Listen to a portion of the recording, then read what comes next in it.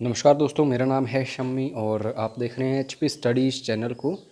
दोस्तों, Himachal Pradesh university BEd entrance test जो होने वाला है उसके लिए ये सीरीज़ चल रही है टीचिंग एप्टीट्यूड एंड एटीट्यूड की। हमारी स्ट्रैटेजी बिल्कुल सिंपल है। पिछले 5 से 10 सालों में जो टीचिंग एप्टीट्यूड एटीट्यूड से रिलेटेड क्वेश्चंस पूछे गए हैं उन्हें हम डिस्कस कर रहे हैं आंसर की के अकॉर्डिंग। इससे हमें ये आइडिया लगेगा कि कैसे क्वेश्चंस आते हैं इस एग्ज़ाम में जो एंट्रेंस टेस्ट होगा एचपी बीएड, और साथ में हमें टॉपिक्स भी यहाँ पे नज़र आएंगे कौन कौन से टॉपिक्स के ऊपर फोकस करना है। बाकी दोस्तों, स्टडी मटेरियल वगैरह चाहिए हो या फिर कोई भी सपोर्ट चाहिए हो एचपी बीएड एंट्रेंस एग्ज़ाम के लिए तो एक बार ज़रूर मैसेज कर लेना 9816401767। तो ज़्यादा टाइम वेस्ट नहीं करेंगे, चलिए स्टार्ट करते हैं इस वीडियो को। इंग्लिश और हिंदी दोनों मीडियम्स में यहाँ पे क्वेश्चंस हैं। There is tension among villagers and you are teacher there, but will you do.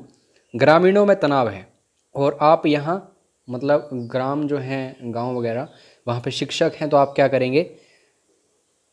तो हम लोग टीचर होने के नाते क्या करेंगे? उन्हें शांत करने की कोशिश करेंगे। पहले तो ये देखेंगे कि वो शांत क्यों नहीं है, उन्हें क्या परेशानी है, फिर उस परेशानी का हल ढूंढने की कोशिश करेंगे और कोशिश करेंगे उन्हें पैसिफाई करने की। तो you will try to pacify them, B option सही है। It is advantages of giving homework that students. Normally क्या होता है फर्स्ट क्लास से लेके, हालांकि ये कुछ एक जो इंस्टीट्यूशंस वगैरह हैं, कमीशंस हैं, उन्होंने ये भी फाइंड आउट की है बात कि छोटे बच्चे जो होते हैं उनको होमवर्क देना जो है ये एक अच्छी बात नहीं है, लेकिन कोशिश की जाती है हर बच्चे को होमवर्क दिया जाए। उसके पीछे कारण क्या होता है, क्यों दिया जाता है होमवर्क? में develop habit of self study. जो खुद बच्चा पढ़ता है उस एबिलिटी को और ज़्यादा अच्छा करने के लिए होमवर्क जो दिया जाता है। तो यहाँ पे डी ऑप्शन सही है। हिंदी माध्यम में देख लेते हैं। गृह कार्य देने का यह लाभ है कि विद्यार्थी स्व अध्ययन की आदत विकसित कर सकते हैं। एज आई डिस्कस्ड अर्लियर, कुछ एक क्वेश्चंस जो हैं क्लियर नहीं होंगे, ऐसे में आपको रिलाई करना है मेरी वॉइस के ऊपर, ठीक है? जैसे जैसे मैं पढ़ता जाऊंगा उसको सुनना, क्योंकि स्टूडेंट्स वगैरह हमें फ़ोटोज़ सेंड करते हैं क्वेश्चन पेपर्स के, कुछ एक फ़ोटोज़ जो हैं क्लियर नहीं होते, ब्लर होते हैं। So you have to manage. Environmental education should be taught in schools because. पर्यावरण शिक्षा जो है महत्वपूर्ण क्यों है पाठशालाओं में?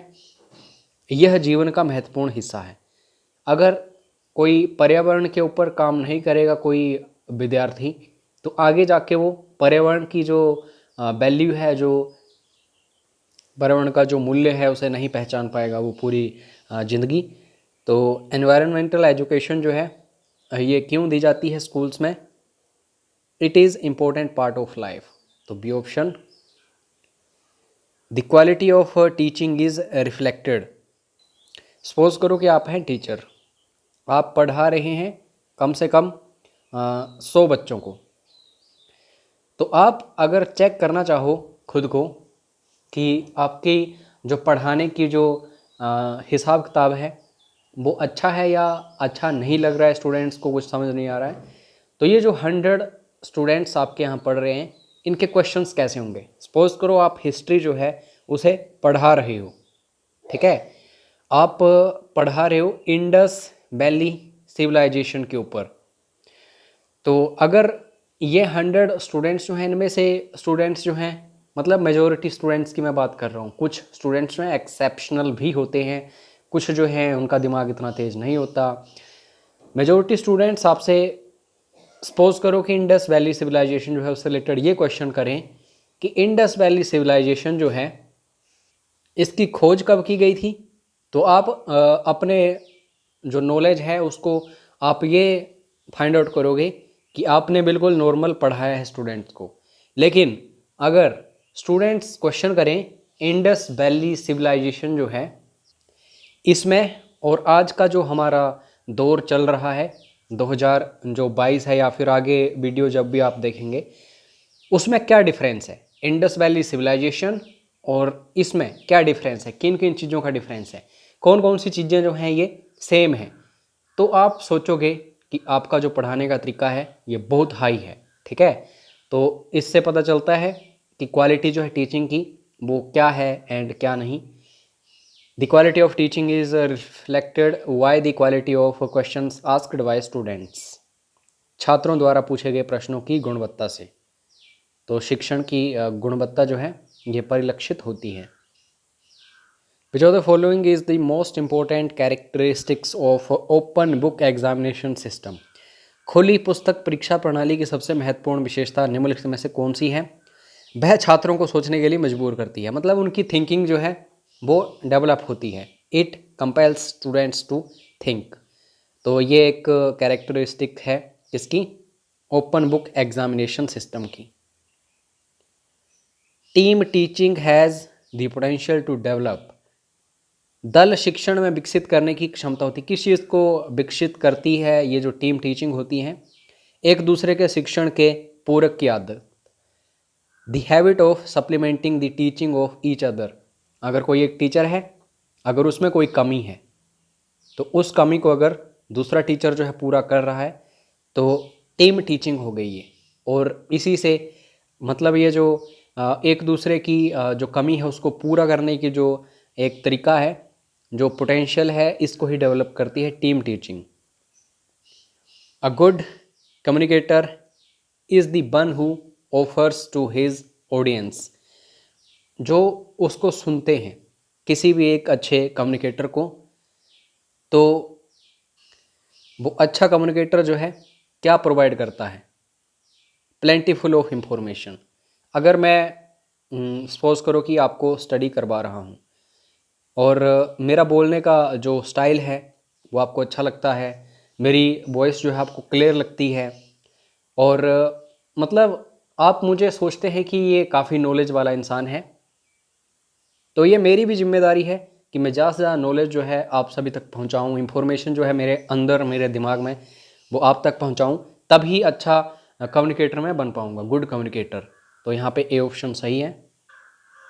एक अच्छा संचारक वह है जो अपने दर्शकों को प्रदान करता है, तो ये होती है अत्यधिक जानकारी। The main objective of teaching at higher education level is, उच्च शिक्षा स्तर पर शिक्षण का मुख्य उद्देश्य है।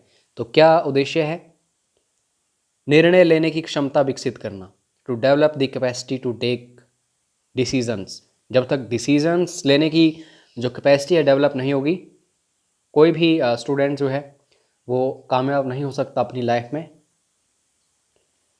अ Deepawali fair is being organised in your school, what would you like to do.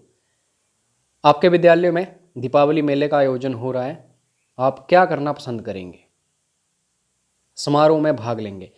दोस्तों जो स्कूल्स वगैरह हैं उसमें जितने भी कुछ भी ऑर्गेनाइज किया जाता है, कोई भी फंक्शन वगैरह, तो ये ऑब्ज़र्व किया गया है वेरियस कमिटीज़ और कमीशंस के द्वारा कि जितने भी स्टूडेंट्स उसमें भाग लेते हैं वही स्टूडेंट्स आगे जाके काफ़ी अच्छा करते हैं अपनी फील्ड में।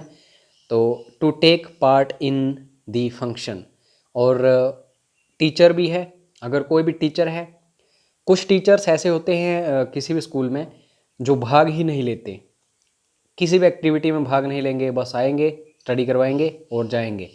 तो उन टीचर्स के साथ ना तो स्टूडेंट्स जो हैं उनका तालमेल बन पाता है, ना तो वो टीचर्स जो हैं अपने स्टूडेंट्स को समझ पाते हैं। तो एक टीचर होने के नाते या फिर एक स्टूडेंट होने के नाते कोई भी ऑर्गेनाइजेशन हो, मतलब कुछ भी ऑर्गेनाइज किया जा रहा हो फंक्शन वगैरह, उसमें भाग लेना ही चाहिए। Next question, you are teaching a topic in class and a student asks a question unrelated to the topic, तो आप क्या करेंगे, सपोज करो इंडस वैली सिविलाइजेशन में पढ़ा रहा हूँ, कोई एक स्टूडेंट आए और क्वेश्चन करे कि सर चालुक्य डिनास्टी जो है वो क्यों इतनी ज़्यादा कामयाब हुई। तो कहाँ इंडस वैली सिविलाइजेशन, कहाँ चालुक्य डिनास्टी। तो दोस्तों एक टीचर होने के नाते क्या करना चाहिए, you will answer the question after the class. तो उसको बच्चे को आप नॉर्मली क्या करेंगे, थोड़ा वेट करने के लिए कहेंगे और जैसे ही क्लास ख़त्म होगी तो आप आंसर करेंगे। ऐसा नहीं कि उसको डांट दिया, उसकी बेइज्जती कर दी पूरी क्लास के सामने। आप कक्षा के बाद प्रश्न का उत्तर देंगे, डी ऑप्शन। बाकी क्वेश्चंस जो हैं हम नेक्स्ट क्लास में डिस्कस करेंगे। कोर्सेज वगैरह अवेलेबल हैं बीएड एंट्रेंस एग्ज़ाम के लिए। गवर्नमेंट सीट जो है गारंटीड आप तक पहुंच जाएगी अगर आप अच्छे से तैयारी करेंगे हमारे साथ। बाकी कोई भी डाउट्स क्वेरीज क्वेश्चंस हो तो मैसेज जरूर करना। मिलते हैं नेक्स्ट वीडियो में। जय हिंद, जय हिमाचल।